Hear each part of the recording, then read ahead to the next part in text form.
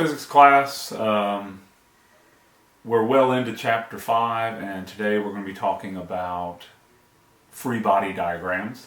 But before we start that, I'm going to tell a little story. You know how I like to tell stories? Well, during the crisis, Walmart offers online ordering where you place an order and you just go pick it up. You don't have to leave your car. And we're in pretty good shape here at the house, but Seth at Fort Benning is a little bit low on groceries, so we told him we would just place an order and we'll just mail it to him. And so I ordered Seth some cans of Beanie Weenies like this, or pork and beans anyway. And I placed the order online, and I went this morning to pick it up, and apparently I'm not that good at ordering online because this is what I got. So Seth, I'm not sure if we're going to send him these several cans of Van Camp pork and beans, but regardless, this is what we have for him. So if you are ordering online, you want to be careful about what you actually place. But anyway, on to Newton's laws of motion, and specifically we're going to be talking about free body diagrams. Free body diagrams are super easy, but it's important that you pay attention to a few of the details. Just as a quick reminder, we got to look at Newton's laws of motion.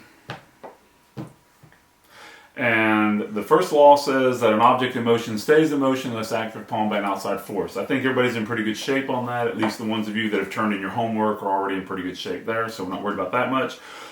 In picture form, there you go. If the object's sitting still, it's going to remain sitting still. If the object is in motion, it's going to remain in motion. All that's pretty basic. When we start talking about free body diagrams,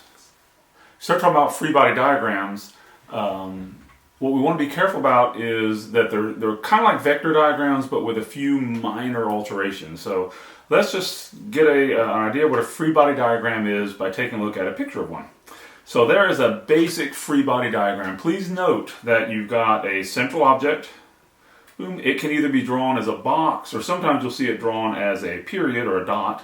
And the arrows all are emanating from the object. So whatever the object is, we represent the object as a dot or as a box, just depending on what book you're using or what website you're looking at. So don't freak out if you see stuff that I send back to you that has a little dot on it for the free body diagram, or if it has a box. But note, with a vector diagram, we always have arrow head to arrow tail like this.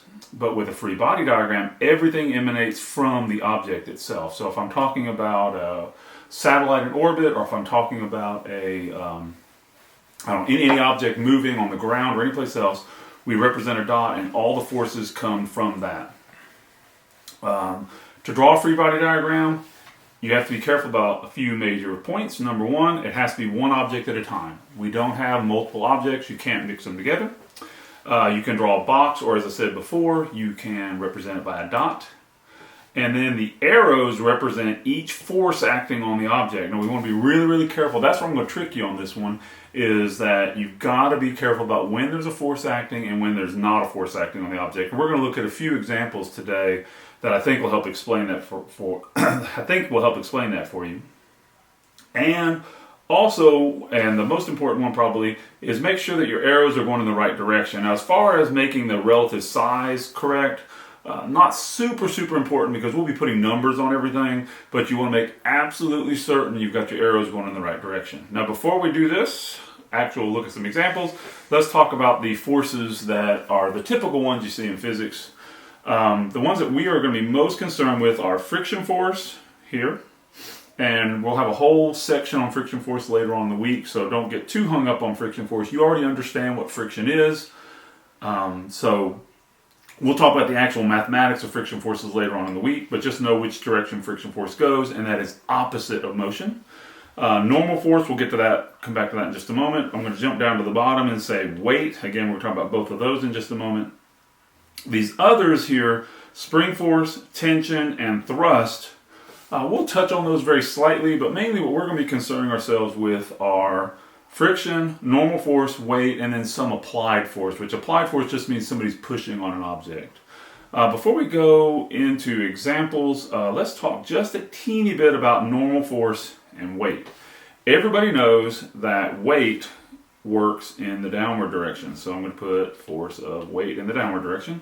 The thing that we talked about in class several times was you're sitting in a chair and here you are, sitting in a chair. You are pushing down on the chair. That's your weight. Sometimes we'll write a W, sometimes we'll write an F, little w.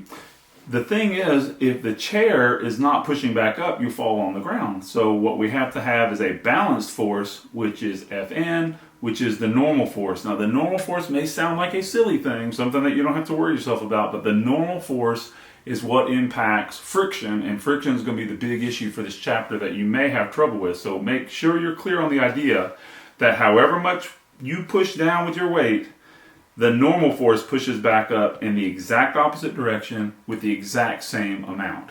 Now, when we put weight on an incline, there's going to be a little bit of work we have to do there, and we'll talk about that a little bit more because your weight doesn't change, but the normal force adjusts as the angle changes. And I'll do a separate video on normal force on an incline later on in the week. So let's take a look at an example problem. We have a book at rest on a table, and we're going to diagram the forces acting on the book. We're going to make a free body diagram of the forces acting on the book. The book is not moving. Hit pause, draw your real quick picture, see what you think it looks like, and then start us up again.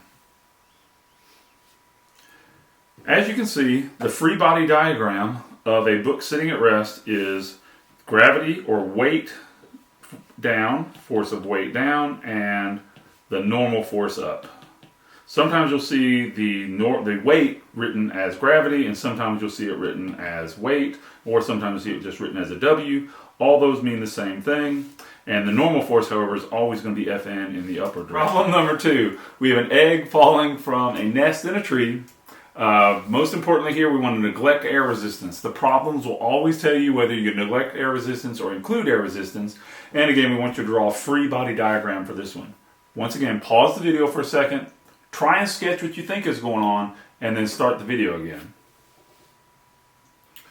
The solution for problem number 2 is there's only one force acting on the egg, and that is the force of gravity. You could also write that again as the force of weight in the downward direction. And so the egg would obviously be accelerating. Problem number 3. We have a flying squirrel who's going to be jumping out of a tree and gliding towards the ground. Now in this case, I want you to consider air resistance, and I want you to think about the squirrel jumping and just going in this direction. What are the forces acting on the squirrel?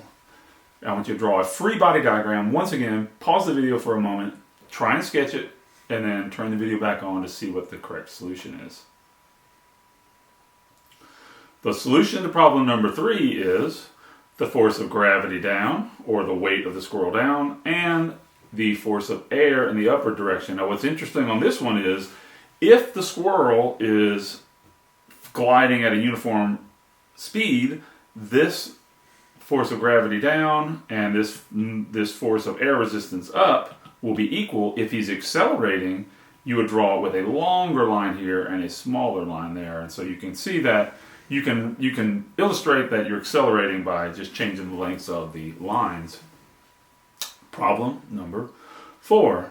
Now this time we have a book that is being pushed to the right, and we're going to consider force, we're going to consider friction, and we want to draw a free body diagram. Once again, pause the video for a moment, see if you can sketch this one, and when you've got it, start the video back up. The solution for number 4 is this. Note, we've got an applied force to the right. It said that the book was speeding up, so the friction force to the left is going to be smaller. The weight of the book, or the gravitational force, and the normal force are always in balance, unless of course we're on an incline. We'll talk about that later. Problem number 5. We have a skydiver who has constant velocity. If you consider air resistance, what would the free body diagram look like? Once again, pause the video, try and sketch it. This one should be super easy for you now. Start the video back up when you've got your answer. The solution for number 5 is, since we know that he's at constant velocity, the force of gravity working on him and the force of air resistance up would be in balance. Problem number 6. We have a football moving upward toward its peak after having been kicked by a punter. If we neglect air resistance, what will the free body diagram look like for the ball? Now this one's a little bit tough. Do a little bit of thinking, pause the video, and when you think you have it, start it back up and take a look at the solution. The correct solution for the football as it's moving up is the only force acting on it is gravity. As long as we're resisting air resistance, there is no other force acting on the ball. Gravity works on it. That's what causes it to slow down as it reaches the top, and that's what causes it to speed back up as it goes back down. And our final problem we're going to look at today is you got a car running out of gas and coasting to a stop. So we want to draw a free body diagram of the forces acting on the car. Be careful on this one to make sure that you draw the arrows the correct length and see what you can do on this one. Once again, stop the video and start it back up when you have a solution. And the final picture is this one. We have friction slowing down the car. Notice there is no force moving the car forward because it is coasting. The motor is off and therefore it's just coasting forward with its own momentum. And the gravitational force and the normal force are, of course, in balance. That's it for free body diagrams. I do have 2 ending things I would like to discuss before we call it a day today. And one of those is I would like to ask Mindy a question about her Think Outside the Box Thursday. So let's all take a quick little look at Mindy's Think Outside the Box Thursday. And maybe Mindy or Mandy1 or some of your friends, you can post in the comment area an explanation for this. When I take a look at her cute little giraffe here, it's really not the picture that I'm concerned about. It's her house in the background. If you look here, look, if we zoom in on this part of the house, it looks like a normal house. Everything looks, got cabinets, recessed lights, everything looks normal there. But then I pull back out and I look at the other side of the house, and it quite frankly looks like a haunted mansion. So if someone could please explain to me what's going on in Mindy and Mandy's house, I would super, super, super appreciate that. And finally, let's have a quick little talk about Where's Beaker. Somebody sent me a notification that Where's Beaker was flooding their stream with too much stuff. So what I'm going to do from now on with Where's Beaker is I'm going to just add him to the end of the video, and when you respond that when you acknowledge that you watched the video, I'm going to put a little spot on there that you can guess where Beaker is, and we'll just do it there. Again, Where's Beaker is just for fun. It's not required. But if you want to do that, you can. If you don't want to do that, you can just ignore that part. Keep on the lookout for more information from me. I will be posting more videos as we go along. If you have any questions, as always, email me or send me a comment on Remind. Be safe. I'll see you all soon.